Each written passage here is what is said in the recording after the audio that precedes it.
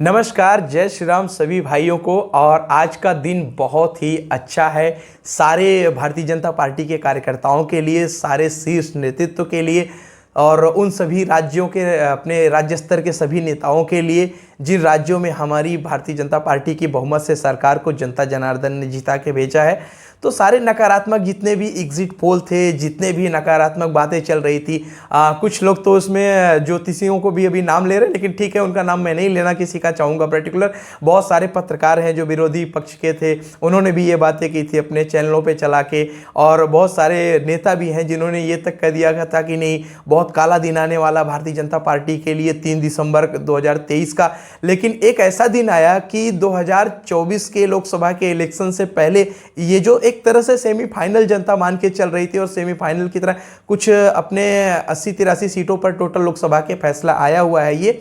और जितने अपने 5 राज्य हैं, मिजोरम का आज इलेक्शन का रिजल्ट नहीं आया है, बाकी के 4 राज्य जो जिनका रिजल्ट आया है उसमें से 3 में हमें बहुमत से कहीं ज़्यादा वोट मिला हुआ है। बहुमत के लिए जो हमको वोट चाहिए उससे बहुत बहुत बहुत ज़्यादा की जनता ने हमको सीटें दी हैं। और ये कहा है कि आपको किसी भी तरीके के आंकड़ों में पढ़ने की कोई ज़रूरत नहीं है, आप सीधे जाइए, हमारा आपके ऊपर भरोसा है। और आपके विकास का जो विज़न है मोदी जी का, जो माननीय जेपी नड्डा जी का अपने विकास का विज़न है, जो हमारे क्षेत्रीय राज्य स्तरीय नेताओं का जो विकास का विज़न है, तो उसमें हमारा भरोसा है। जनता ने ऐसा कहकर एक भारी बहुमत की सरकार बनाकर हमें दी है। और इसी के साथ एक जिम्मेदारी हमारी और आ गई है कि 2024 से पहले और जो हमको ये इलेक्शन इन्होंने जिताया है, तो हम उनके सभी उम्मीदों पर खरे उतरे, ये हमारे ऊपर एक जिम्मेदारी है। और भगवान ने चाहा तो जरूर उतरेंगे, हम खरे उतरेंगे, जनता की सभी उम्मीदों पर खरे उतरेंगे।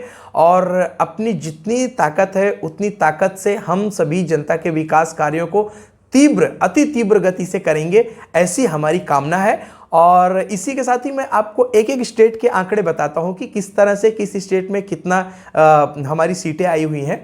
तो सबसे पहले हम लोग बात करते हैं विधानसभा वाइज जिसमें सबसे ज़्यादा सीटें हैं मध्य प्रदेश राज्य की। तो मध्य प्रदेश में भी लोगों ने अभी, मैं एक चीज़ पहले ये जोड़ना चाहूँगा कि बहुत सारी जगहों पे कांग्रेस ने अति उत्साह में बिना रिजल्ट के ही लड्डू मंगा लिए थे। और उसके बाद फिर अभी तो किसी भारतीय जनता पार्टी के शीर्ष नेतृत्व से किसी का ट्वीट भी आ गया था किसी नेता का कि हम उन सारे लड्डू को खरीदेंगे। मेरी रिक्वेस्ट है सभी से, कार्यकर्ताओं से भी, कि आप प्लीज़ उन लड्डू को खरीदें, अन्न को बर्बाद नहीं होने देना चाहिए। एक ये मेरी ऐसी रिक्वेस्ट है। और लड्डू खाने का हमारा आज दिन है, हमारा आज आतिशबाजी करने का दिन है, हमारा आज फूलों के हार पहनने का दिन है। जनता जनार्दन की कृपा से ये सब संभव हो पाया है। तो जनता जनार्दन को फिर से कोटि कोटि धन्यवाद और नमन हम सभी भारतीय जनता पार्टी के कार्यकर्ताओं और शीर्ष नेतृत्व की तरफ से। तो ये एक तरीके का जो दिन है आज आया है, बड़ा ही खुशी का है। और सारे जितने भी पंडित थे चुनाव के जितने भी एक्सपर्ट थे, वो बैठे के बैठे रह गए। और यहाँ भारतीय जनता पार्टी ने हर तरफ अपनी दावेदारी मजबूत कर दी है, बहुमत से सरकार बना रहे हैं, बहुमत से कहीं अत्यधिक हमको जनता ने सीट चुनकर दी है। पहले जैसा कि मैंने बोला मध्य प्रदेश की मैं बात करूं तो मध्य प्रदेश में कुल 230 सीटें हैं, जिसमें से 116 आपको बहुमत के लिए चाहिए होती है। लेकिन यहां पर भारतीय जनता पार्टी को कुल मिला जुलाकर 163 या 162 सीटें आई हुई हैं। कांग्रेस को सिर्फ 66 सीट मिली हुई हैं, कहां 163 और कहां सिर्फ 66। तो एक तरह से कह सकते हैं कि कांग्रेस की जमानत जब्त हो गई ऐसी मध्य प्रदेश में, उस तरह की स्थिति बन पड़ी है। हालांकि इसके पहले बहुत बड़ा बोलापन हो रहा था, लोग कह रहे थे मोदी जी का काला दिन आएगा, मोदी जी का मैजिक खत्म हो गया। और मैं उन सभी को कहना चाहूँगा कि माननीय प्रधानमंत्री मोदी जी का मैजिक कभी नहीं खत्म होगा। और 2024 में भी हम इसी तरीके से जनता जनार्दन के आशीर्वाद से बहुत ही भारी बहुमत से चुनकर आएंगे। और ये सारा देश देखेगा और सारे विपक्षी देखेंगे, विपक्ष के नेता देखेंगे, जिस तरह से आज वो हमें देख पा रहे हैं। एक बार फिर से मध्य प्रदेश, छत्तीसगढ़ और राजस्थान में भारी बहुमत से हम लोग अपनी सरकार बना पा रहे हैं। इसी तरह से 2024 में भी देखेंगे, ये सेमीफाइनल है, वो फाइनल होगा। और हम लोग फाइनल में भी इसी तरीके से हम लोग अपनी ताजपोशी करेंगे। जनता जनार्दन का अगर इसी तरह पे हम पे आशीर्वाद रहा, इसी तरीके से हम पे भरोसा जताया, तो हम किसी भी तरीके का अलायंस हो, चाहे वो इंडिया अलायंस हो, वो कोई और अलायंस हो, अपना थर्ड फ्रंट हो, फोर्थ फ्रंट हो, कोई फ्रंट हो, हमें किसी फ्रंट की चिंता नहीं है। हमें एक ही फ्रंट की चिंता है, हमारे पास जनता का फ्रंट है। हम जनता के फ्रंट के साथ जाएंगे और हर फ्रंट को नेस्तनाबूद करते हुए एक बार फिर से हमारे प्रिय नेता, सभी के प्रिय नेता, विश्व भर में जो अभी सबसे ज़्यादा प्रिय हैं, माननीय प्रधानमंत्री श्री नरेंद्र दामोदर दास मोदी जी के नेतृत्व में एक बार 2024 में भी फिर से हम लोग सरकार बनाएंगे दोस्तों। और ये जितने भी एग्जिट पोल थे, अभी आज कहाँ मुंह छुपा के बैठे हैं मुझे नहीं मालूम है, और बहुत सारे न्यूज़ चैनल वाले भी आज बड़ी बड़ी बातें कर रहे हैं, लेकिन कल तक वो दूसरी बातें कर रहे थे। कल वो कह रहे थे कि नहीं, ये भाजपा के लिए एक टर्निंग पॉइंट होगा, अब भाजपा नहीं आ पाएगी, मोदी मैजिक खत्म हो गया। तो अभी मैं मध्य प्रदेश की इस तरह से बात कर रहा था, तो पिछले साल बीएसपी को 2 सीटें मिली थी, बहुजन समाज पार्टी को, वो भी इस बार 0 पे है मध्य प्रदेश में अभी। और एक तरफा जो जीत हुई, एक तरफा जीत जो भारतीय जनता पार्टी की मध्य प्रदेश में हुई है, इसके लिए मध्य प्रदेश की जनता, वहाँ के माननीय प्रधानमंत्री जी की जो कार्यशैली में जो विकास का विज़न है, उसमें जो भरोसा जताया है, वहाँ के माननीय मुख्यमंत्री जो वहाँ के अपने शिवराज सिंह चौहान जी हैं, उनके जो विकास के विजन में जनता ने एक तरीके का भरोसा जताया है, उसके लिए भी वहाँ की जनता जनार्दन को हृदय से कोटि कोटि आभार, कोटि कोटि धन्यवाद। और इसके बाद फिर हम लोग दूसरे स्टेट की अगर बात करें, तो दूसरा स्टेट आपका बड़ा है, वो है राजस्थान का। मैंने बताया राजस्थान में कुल 25 लोकसभा सीटें हैं लगभग, और वहाँ पे 199 सीटें विधानसभा की हैं, जिसमें से 101 सीटों पर मेजोरिटी आपका बहुमत माना जाता है। लेकिन भारतीय जनता पार्टी को यहाँ भी जनता जनार्दन का आशीर्वाद बहुत ही जोर शोर और प्रचंड तरीके से मिला है, और कुल 115 सीटों पर, मतलब पिछली बार से कुछ 40 या 42 सीटें ज़्यादा इस बार जनता जनार्दन ने हमें दिया है। और यहाँ भी कांग्रेस को सिर्फ 69 सीटें ही मिली हुई है, और बहुजन समाज पार्टी को यहाँ पर 2 सीटें मिली हुई हैं। और उसके बाद जो ये एक मेजोरिटी हमारी 101 से आती है, वो तो एक हमारी 115 सीटें टोटल आई हैं। तो यहाँ भी राजस्थान की जनता ने, कह सकते हैं कि जो सांप्रदायिक सरकार थी यहाँ की राजस्थान की, उसको मुंह तोड़ जवाब दिया है। और हमारी सेकुलर जो सरकार है भारतीय जनता पार्टी की, सर्वधर्म समभाव की जो सरकार है, उसको उन्होंने चुना है, विकास की राजनीति को चुना है, बजाय इसके कि वो किसी भी धर्म के तुष्टीकरण करने वाले को चुने। तो हम एक तरह से इसमें यकीन रखते हैं कि जनता जनार्दन ने जिस तरीके का हमको बहुमत दिया हुआ है, 2024 के फाइनल में इसी तरीके का जनता का प्यार हम पर बरसेगा, और हम एक बार फिर से माननीय प्रधानमंत्री श्री नरेंद्र दामोदर दास मोदी जी के नेतृत्व में लाल किले से फिर से एक बार ये खुशी देख पाएंगे, उनके मुंह से ये सुन पाएंगे, मैं नरेंद्र दामोदर दास मोदी भारतीय प्रधानमंत्री के रूप में शपथ लेता हूं, ऐसा करके। तो और फिर दोस्तों हम लोग अगले स्टेट की बात करेंगे, वो है छत्तीसगढ़। तो दोस्तों हम बात करेंगे छत्तीसगढ़ की। छत्तीसगढ़ में भी एक बार फिर से जनता ने भारतीय जनता पार्टी की विकासवादी राजनीति को चुना है, और वहाँ के घोटालों की सरकार को विदा किया हुआ है, कांग्रेस की सरकार को विदा किया। हर तरीके का जो घोटाला और हर तरीके का जो पक्षपात हो रहा था, वहाँ जनता का कार्य नहीं किया जा रहा था, जो उनके फरियादें थी, जो तकलीफें थी, वो नहीं सुनी जा रही थी। तो भारतीय जनता पार्टी को जनता ने एक बार फिर से चुनकर लाया है, और ये भरोसा जताया है कि उनके विकास की गति को सिर्फ और सिर्फ भारतीय जनता पार्टी ही तीव्र कर सकती है, तीव्रतम कर सकती है। और छत्तीसगढ़ के विकास के लिए भारतीय जनता पार्टी को पूर्ण बहुमत से भी अधिक सीटें देकर जनता जनार्दन ने लाया है, जिसके लिए सभी लोग, हम सभी भारतीय जनता पार्टी कार्यकर्ता और शीर्ष नेतृत्व छत्तीसगढ़ की जनता जनार्दन के मनपूर्वक आभारी हैं, उनका कोटि कोटि आभार व्यक्त करते हैं। और भारतीय जनता पार्टी को यहाँ पर कुल 54 सीटें मिली हुई हैं, और जो कि पिछली बार की सीटों से 39 सीटें ज़्यादा है। 90 सीटें हैं, 46 सीटें सिर्फ वहाँ बहुमत के लिए चाहिए होती। 46 सीटों से भी जनता ने 4 से 8 सीटें कुल दी हैं ज़्यादा, जो बहुमत के लिए चाहिए होती हैं। और यहाँ पे कांग्रेस को सिर्फ 35 सीटें मिली हैं। जनता कांग्रेस छत्तीसगढ़ एक है, वहाँ पे उसको पिछली बार कुछ 5 सीटें मिली थी, उसके इस बार 0 सीटें मिली हैं, तो उनके आशीर्वाद से। तो भारतीय जनता पार्टी को मध्य प्रदेश, राजस्थान और छत्तीसगढ़, इन 3 राज्यों में जो ऐतिहासिक विधानसभा में ये विजय प्राप्त हुई है, इसके लिए वहाँ के कार्यकर्ताओं का, स्थानीय नेताओं का, केंद्रीय नेताओं का और बाकी अन्य सभी बंधुओं का, जो उसमें चुनावी प्रचार रणनीति में लगे थे, सभी मतदाताओं का, वहाँ के सम्मानित माताओं का, बहनों का, जो भी है, उन सभी का हम सभी हृदय से धन्यवाद करते हैं। और आप सभी के इस प्यार की बदौलत आज भारतीय जनता पार्टी 3 राज्यों में अपने पूर्ण बहुमत से भी अधिक सीटें लाकर ये जो सरकार बना रही है। और विपक्षियों के मुंह पर अन्य सभी सो कॉल्ड जो अपने एग्जिट पोल एक्सपर्ट बैठे थे, उनके मुंह पर यह करारा तमाचे की तरह है, एक मुंहतोड़ जवाब दिया है जनता ने। तो अभी हम लोग देखेंगे आगे, फिर तेलंगाना का भी है। तेलंगाना में एक तरह से भारतीय जनता पार्टी को भले ही बहुमत की सरकार वहाँ न मिली हो, फिर भी पिछली बार जो सिर्फ एक सीट हमारी थी, सिर्फ एक सीट हमारी थी तेलंगाना में, इस बार वो अपनी टोटल सीट की संख्या जो है वो 8 से 9 सीट के बीच में हो गई है। और ओवैसी जी की पार्टी से हम लोग कहीं ज़्यादा सीटों पर तेलंगाना में है।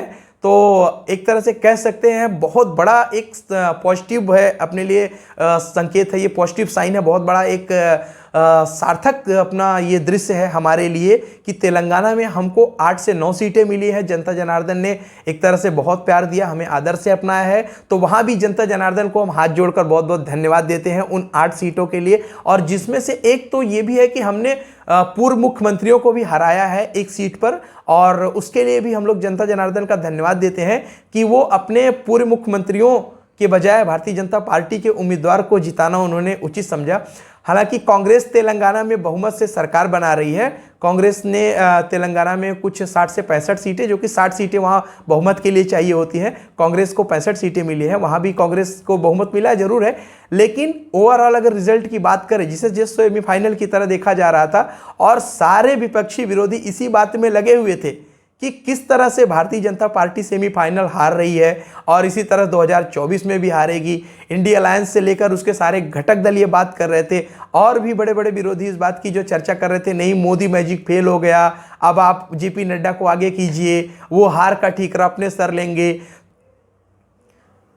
तो कुछ चीज़ें तो साफ हो गई है कि मोदी मैजिक जो है वो अभी 2024 से पहले कहीं नहीं थमने वाला। 2024 में भी एक बार मोदी मैजिक होगा और माननीय प्रधानमंत्री श्री नरेंद्र मोदी जी एक बार फिर से भारत के प्रधानमंत्री जनता जनार्दन के आशीर्वाद से बहुमत से बनेंगे। और लोकसभा में भी अगर भगवान ने चाहा, जनता जनार्दन ने चाहा, तो हमारी 400 सीटें एक बार फिर से लोकसभा में आएगी। और हम इन सारे थर्ड फ्रंट, इंडिया अलायंस से लेकर जितने लोग हैं, इनको बहुमत से हराकर एक बार फिर से अपनी सरकार बनाएंगे। और कुछ और पॉइंट्स है जिन पे मैं आपको बता दूं कि बात करना चाहता था। अभी जैसे देखिए पनौती कौन है, इस बारे में तो मैं नहीं बोलूँगा, एक बहुत ही ओछे स्तर की बात है, बहुत ही निम्न स्तर की चर्चा शुरू की गई माननीय प्रधानमंत्री जी के बारे में। इस तरह की बात कांग्रेस ने की, नहीं करना चाहिए था उन्हें, ओके। लेकिन फिर भी अगर पनौती कौन है, अगर इस घटना के बाद, आज के बाद अगर उन्हें उत्तर नहीं मिल पाया, तो ये एक बहुत बड़े चिंतन की बात होगी कांग्रेस के लिए।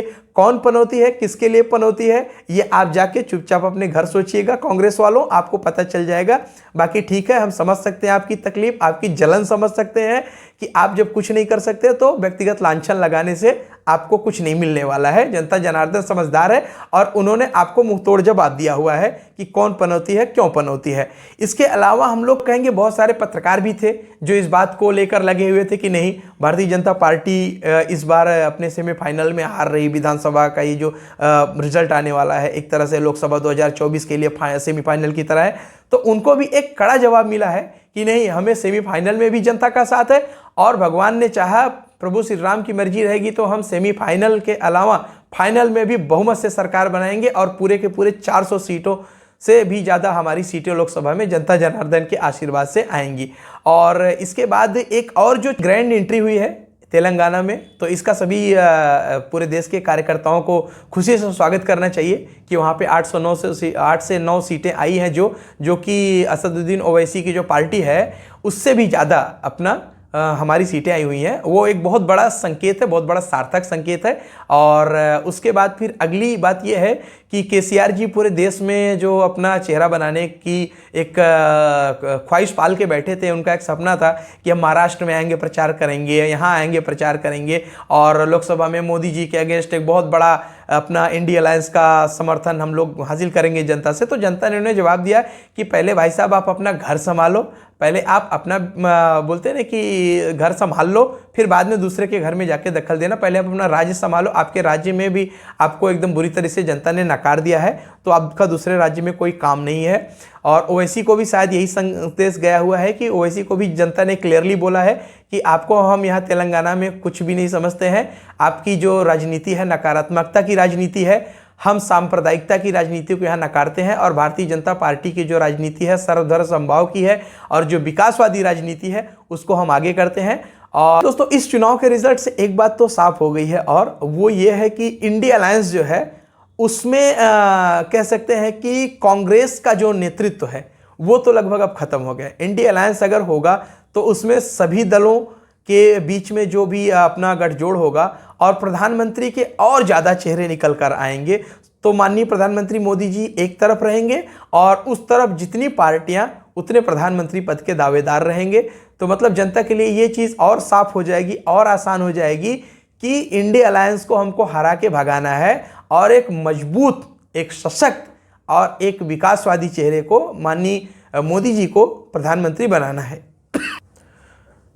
और दोस्तों एक तरह से यह भी साफ हो गया कि जो भी राष्ट्र विरोधी ताकतें थी, इस इलेक्शन में जो रिजल्ट आया है, राष्ट्र विरोधी ताकतें, जो धर्म विरोधी ताकतें थी, एक तरह से जिस तरह से बात हुई, आप देखिए बड़ा दुखद है, यह कहना बड़ा दुखद है कि एक राज्य के मुख्यमंत्री का बेटा जो कि वहाँ नेतृत्व में है, जो कि वहाँ मंत्रिमंडल में है, वो अपने मुंह से कहता है कि हम सनातन का समूल नाश करेंगे। ये बहुत सोचने वाली बात है मित्रों, और ये बहुत ही दुखद है, लोकतंत्र के लिए एक बहुत काली घटना है।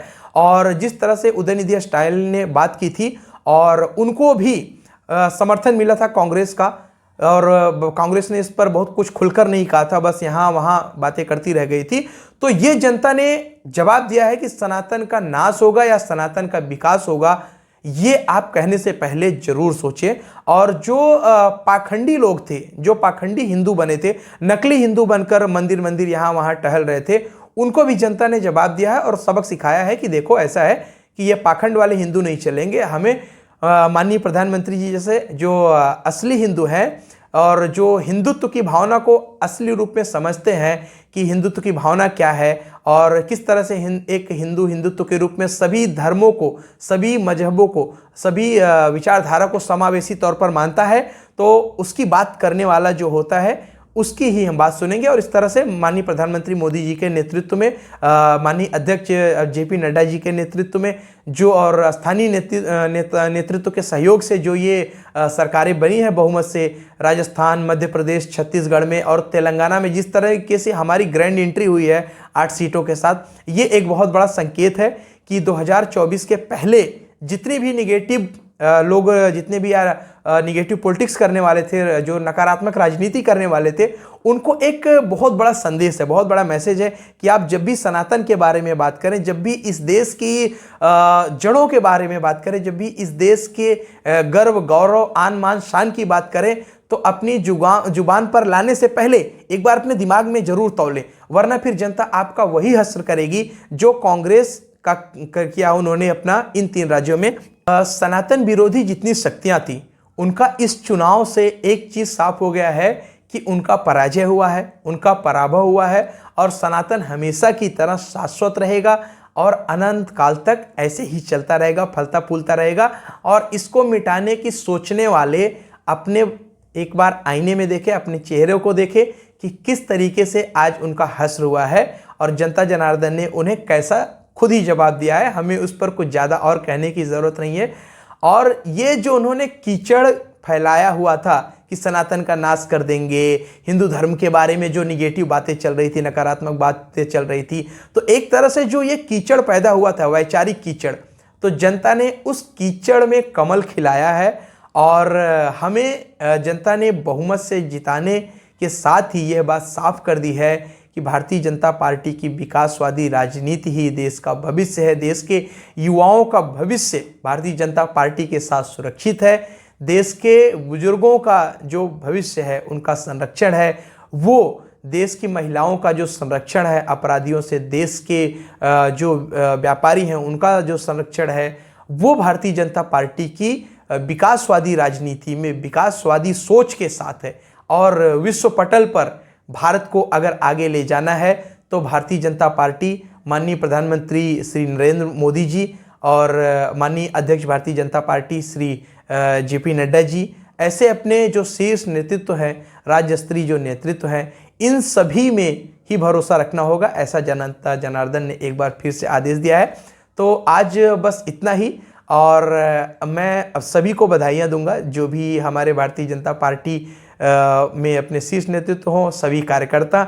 आज उन सभी का दिन है। आज जो प्रत्यक्ष या परोक्ष रूप से सभी लोग लगे रहे इस जीत को मुमकिन बनाने में, उन सभी का आज दिन है। आज उन सभी की खुशी का दिन है। ये जनता जनार्दन का दिन है। आज छत्तीसगढ़ की जनता का दिन है। आज ये तेलंगाना की जनता का दिन है। आज राजस्थान की जनता का दिन है। आज मध्य प्रदेश की जनता का दिन है। जनता जनार्दन के हर आदेश को हम अपने सर आंखों पे रखते हैं और उनका बहुत बहुत धन्यवाद देते हैं।